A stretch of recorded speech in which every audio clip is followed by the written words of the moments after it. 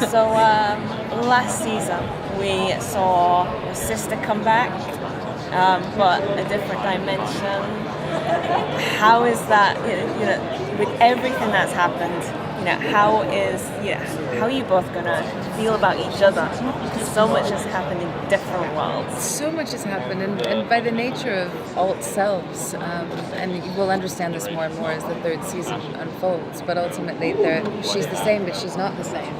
So there's that really beautiful dance of familiarity and family and sisterhood, and equally that bizarre sort of glass wall between them. And that was a really interesting line to walk, certainly. But that whole aspect is really, I think, what allows Juliana to continue, because she has suddenly a very visceral understanding of what these all worlds mean and what the possibilities are, and the fact that this isn't the only reality, and Trudy's the tangible proof of that. So, yeah. Does she trust her completely? Like, does she believe that that's her sister? And is there there's a doubt in the relationship? No, I don't think the doubt comes from trust. I think, if anything, or lack thereof, it's an understanding that it's not permanent. So there's always this sense of,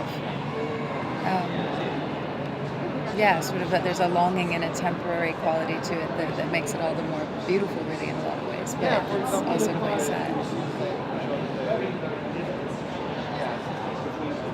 How does it really inspire her to see this Trudy who comes from the different world and knowing that there is the change? And how does that change her path as resistance rises? Well, that's the cool thing. When we were sort of exploring the notion of Abinson putting Trudy in front of her at the end of season 2, what that does for her is it really cracks open that part of her mind, that level of perception where she's able to really grasp what it means. Because I think it's all so abstract, that she's at the center of all these things, and Abinson's trying to explain to her that there's all these different realities. And if I were to explain that to anyone on the street, it would just be too abstract and eccentric to even wrap one's head around. So to be able to present her with human flesh and blood that is representative of that portal and everything beyond, I think it allowed her to take this path.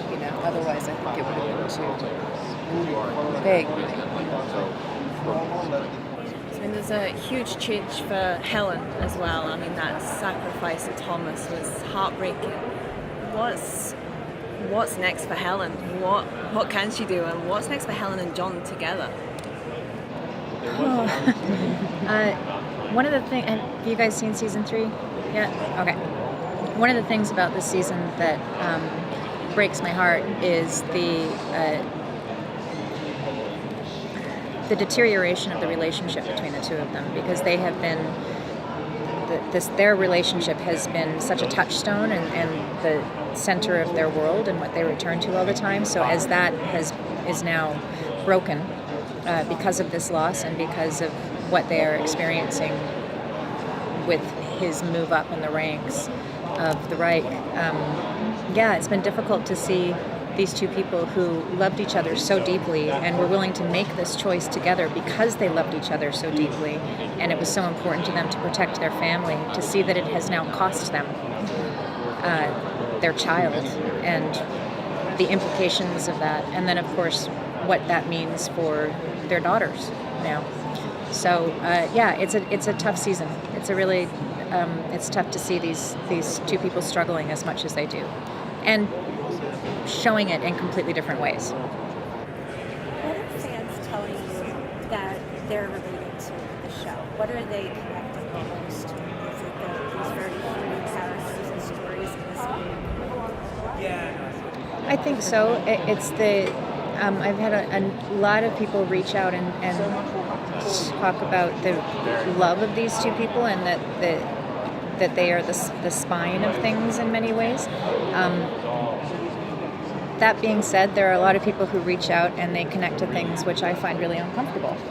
A subservient wife and someone who I've had some people talk about, well, it's good that she knows her place. And I would argue that that's actually not the case if you look at the behavior on the show, and I'm also not endorsing that necessarily as a choice. It's amazing that somebody had the gall to say that. It's amazing how many men have the gall to say that. It's quite staggering. That being said, we are changing hearts and minds. Do you have anything to add about that too? What fans are telling you that they're tapping into? I think these days it's literally all I've been hearing is when. When is it coming out? When am I going to see it? I haven't heard anything about the show other than when. But I think the aspects of resistance really at right now. I think that's what I'm hearing. When people kind of delve into it, but I think that's also the nature of the world we're living in right now. Some finding inspiration in the show. Just kind of feel good. Or better course than it that does. gentleman that spoke to you. Yeah. And how much of the grand plan do you know when you're going through the scripts? Like, do you have an idea of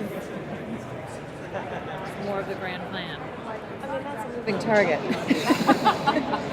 Yes and no, not at all. It's like it depends. It really depends, and we've had every season has been run in a very different fashion, and we've had a very different timetable as far as when we get the scripts and how many we get at a time, or none at all in advance. It really depends. So I don't think there's any sort of clean way to answer that, really. No. It depends on the day as well, because it's a constantly evolving, shifting, changing